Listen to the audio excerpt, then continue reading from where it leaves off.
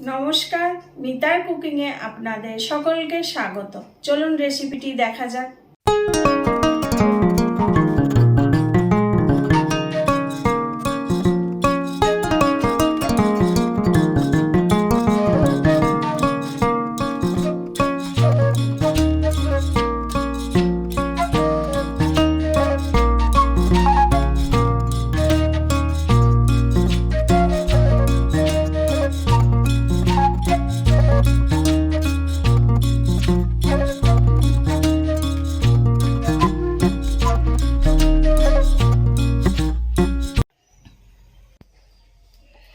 চলে এসেছি বাইরে রান্নাঘরে রান্না করতে। এখন দুপুরবেলাকার রান্না হবে ইলিশ মাছের মাথা দিয়ে পালং শাকের ঘন্ট। এটা বানাতে যা যা লাগবে আপনাদের দেখাচ্ছি। এখানে দুটো ইলিশ মাছের মাথা আছে, আমি ধুয়ে পরিষ্কার করে নিয়েছি। এখানে একটা বড় একাটি পালং শাক আছে, কেটে ভালো করে পরিষ্কার করে নিয়েছি। আর ঘন্টর মধ্যে যা সবজি দেবো আমি এখানে নিয়েছি, এটা হচ্ছে শিম। আমি 200 গ্রাম শিম নিয়েছি, একটা বড় বেগুন, আর এখানে একটা আলু। সব আমি ছোট ছোট টুকরো করে কেটে ধুয়ে নিয়েছি। মশলার মধ্যে যা লাগবে, এখানে আছে 1 চামচ আদা, 2 চামচ রসুন, আর এখানে আছে ছোট্ট একটা পেঁয়াজের পেস্ট আছে, সব একসাথে পেস্ট করে নিয়েছি। এখানে আছে একটা ছোট পেঁয়াজ কুচি, সর্ষের তেল আছে এখানে লবণ। গুঁড়ো মশলার মধ্যে যা লাগবে, এখানে আছে 1 চামচ হলুদ গুঁড়ো, 1/2 চামচ আছে জিরে গুঁড়ো, আর ধনিয়া গুঁড়ো 1/2 চামচ। এখানে আছে 1/2 চামচ কালার লঙ্কা, 1/2 চামচ ঝাল লঙ্কার গুঁড়ো। আর গোটা মশলার মধ্যে আছে 2টো তেজপাতা, 1/2 চামচ হচ্ছে 5 ফোড়ন, 2টো শুকনো লঙ্কা।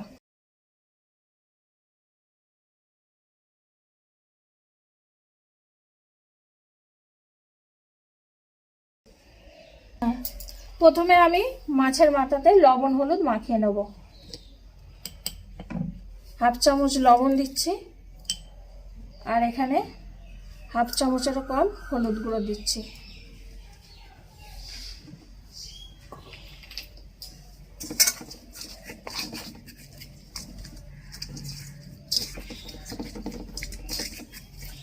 মাখানো হয়ে গেছে, এটা আমি এখন 10 মিনিট রেখে দেব।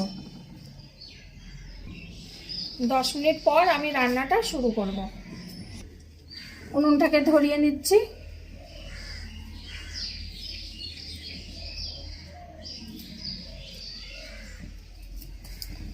এবার আমি কড়াই বসিয়ে দেব। কড়াইতে তেল দিচ্ছি, মাছ ভাজবো। মাছের মাথাটা প্রথমে ভেজে নেব। তেলটা গরম হোক, আপনাদের দেখাচ্ছি। এবার মাছটা দিয়ে দিচ্ছি।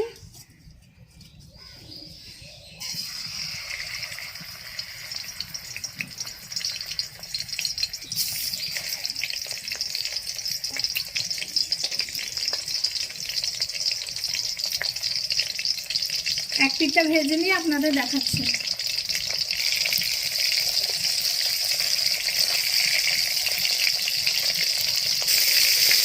এবার আমি উল্টিয়ে দিচ্ছি।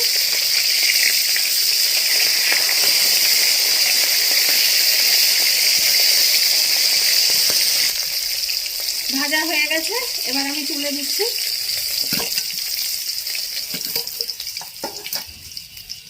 ওই তেলে আমি অল্প একটু তেল দিলাম।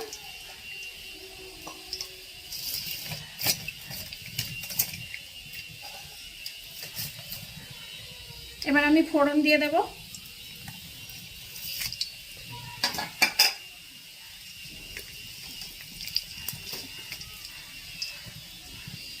ফোড়নটা 1 মিনিট নেড়ে নেব। ফোড়ন থেকে যখন ভালো গন্ধ বেরোবে তখন আমি পেঁয়াজ দেব।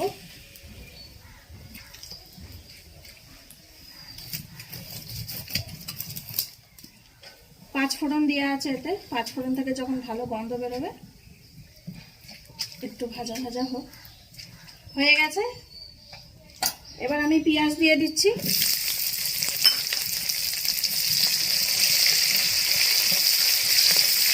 পেঁয়াজটা হালকা একটু ব্রাউন হলে আমি সবজিটা দিয়ে দেবো। পেঁয়াজ হালকা ব্রাউন হয়ে গেছে, এবার আমি সবজি ঢেলে দিলাম। সবজি দিয়ে একটু 5 মিনিট নেড়ে চেড়ে নেবো।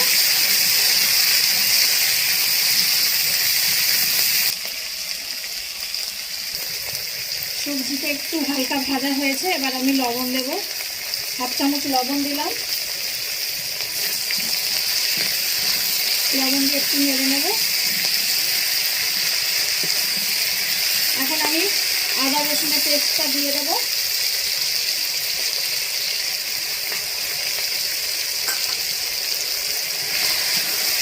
আদা রসুনের পেস্ট দিয়ে আমি এবার কষবো। এখন জল দেবো না। আদা রসুনের কাঁচা গন্ধ চলে গেলে তখন আমি গুঁড়ো মশলা দেব। এবার আমি সব গুঁড়ো মশলা দেবো। আবার হলুদ গুঁড়োটা প্রথমে দিয়ে দিলাম,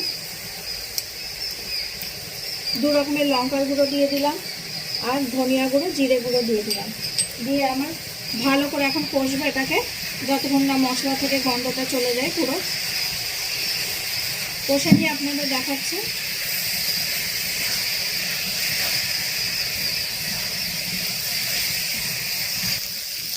মশলা দিয়ে একটু ভাজা ভাজা করে নিয়েছি। এবার একটুখানি জল দেব। জল দিয়ে আমি এবার কষে নেব ভালো করে, তারপরে আপনাদের দেখাচ্ছি। কষা হয়ে গেছে, এবার জল দিয়ে দিলাম।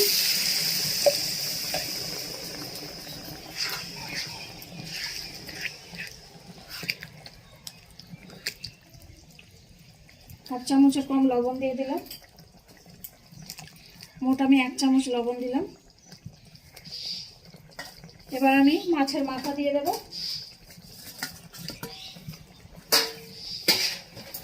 আর শাকও দিয়ে দেবো উপর থেকে।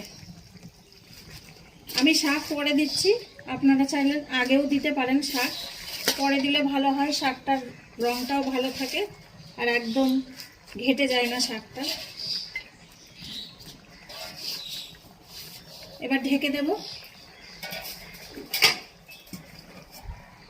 10 মিনিট পর আপনাদের দেখাচ্ছি।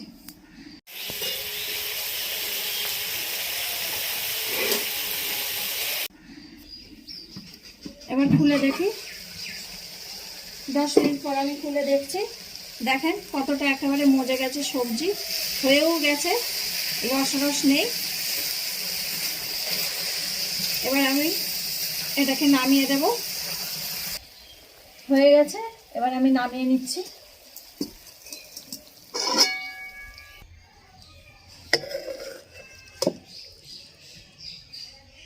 দেখ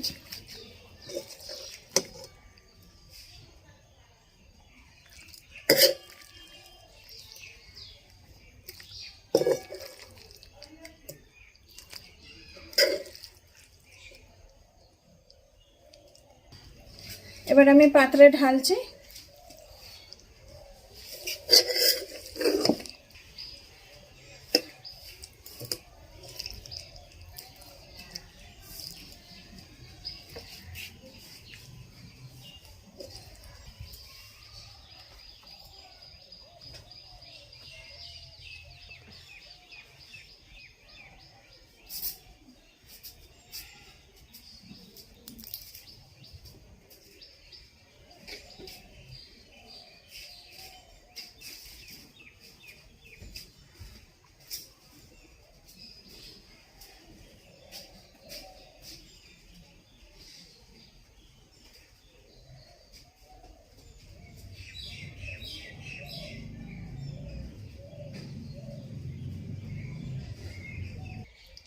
ছেলের জন্য ভাত বাড়ছে এখন।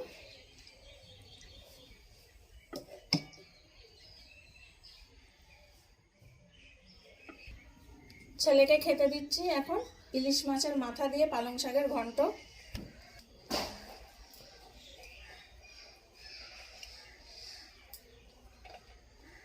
হেব্বি লাগছে ইলিশ মাছের মাথা দিয়ে পালং শাকের ঘন্ট। আহা,